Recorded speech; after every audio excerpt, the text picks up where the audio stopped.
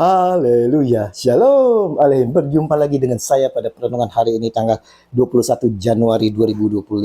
Kembali saudara, saya mau mengajak saudara-saudara untuk kita syukur di dalam doa kepada Tuhan Allah kita yang selalu memberkati kita.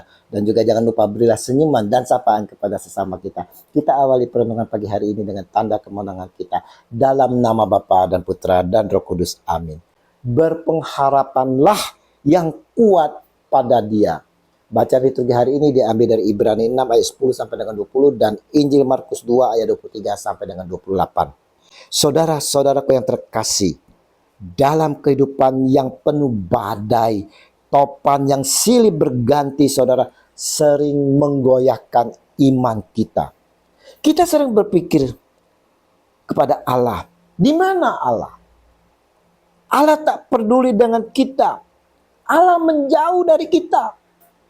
Itu asumsi kita, saudara. Di saat-saat kita dalam kesulitan menghadapi segala badai kehidupan. Saat akhir tahun 2024, saudara, menjelang tahun 2025, banyak dari kita merasa takut untuk menghadapinya.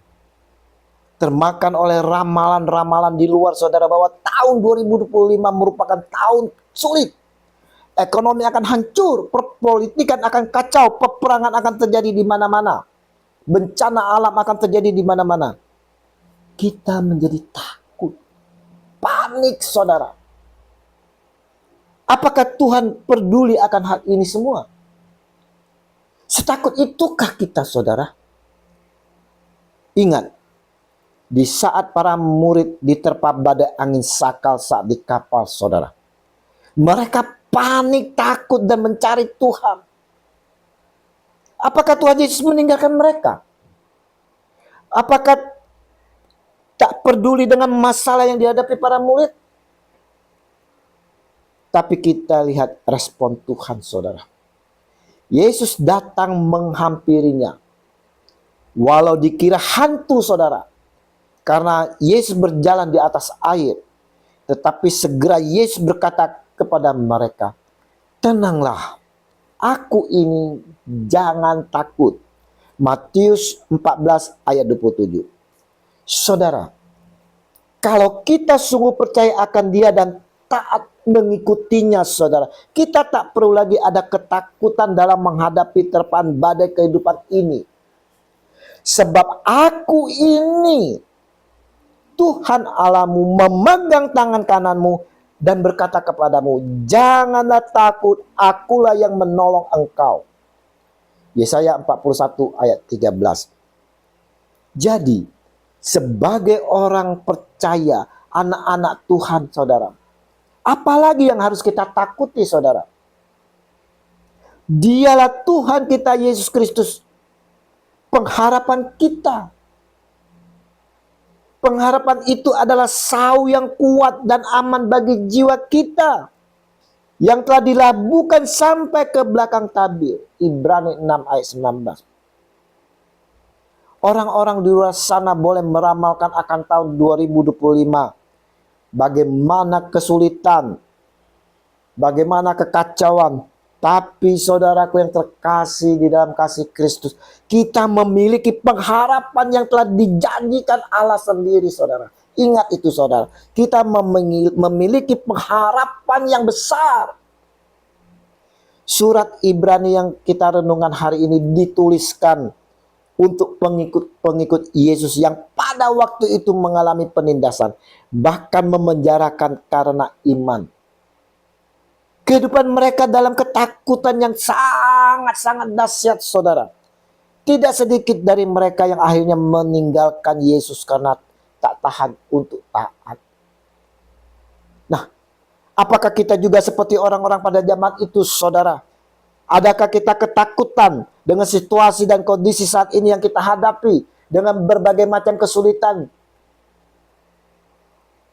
Tidak sedikit dari kita, saudara, yang ketakutan menghadapi situasi dan kondisi saat ini, dan imannya menjadi goyah dan akhirnya meninggalkan Yesus demi karier, demi jabatan, posisi, demi jodoh, menjual Yesus.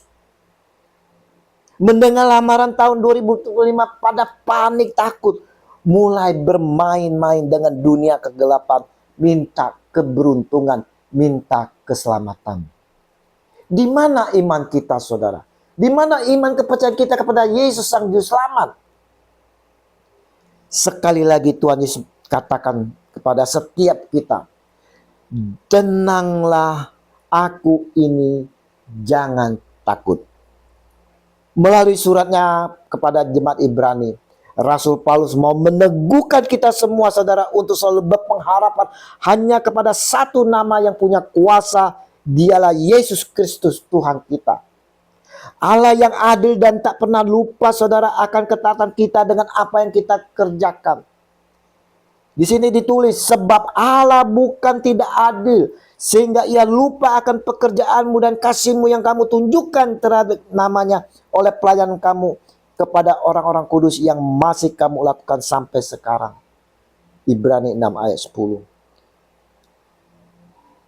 Dia telah berjanji dengan setia akan ketaatan kita dengan berkat berlimpah, saudara. Ingat itu, saudara. Katanya, sesungguhnya aku akan memberkati engkau berlimpah-limpah dan akan membuat engkau sangat banyak. Haleluya. Ibrani 6 ayat 14. Janji yang sama ini telah diterima oleh Bapa kita Abraham, saudara, yang telah menanti dengan penuh kesabaran dan kesetiaan. Dan janji yang sama ini pula, saudara, kembali ditegaskan kepada kita sekalian, kepada saya dan saudara hari ini, guna memperkuat iman serta pengharapan kita. Karena disampaikan Rasul Paulus hari ini, pengharapan itu adalah sau yang kuat dan aman bagi jiwa kita yang telah dilabuhkan sampai ke belakang tabir. Regi hari ini kembali, saudara, mengingatkan kepada kita semua yang percaya, hendaklah selalu taat pada ketentuannya, menanti dengan penuh kesabaran dan setia, penuh pengharapan hanya di dalam nama Kristus Yesus Tuhan kita. Ingat, saudara, dunia tak dapat memberi pengharapan yang pasti. Hanya di dalam nama Yesus ada pengharapan yang pasti. Mari kita jangan takut untuk menghadapi kehidupan yang penuh misteri. Sebesar apapun badai yang menerpa kehidupan kita, jangan takut. Berpengharapanlah yang kuat pada Yesus Kristus. Karena di dalam namanya ada kepastian. Pengharapan yang kuat dapat membuat kita terus bertahan dalam berbagai kesulitan. Terpaan badai topan yang kuat di dalam permasalahan hidup kita.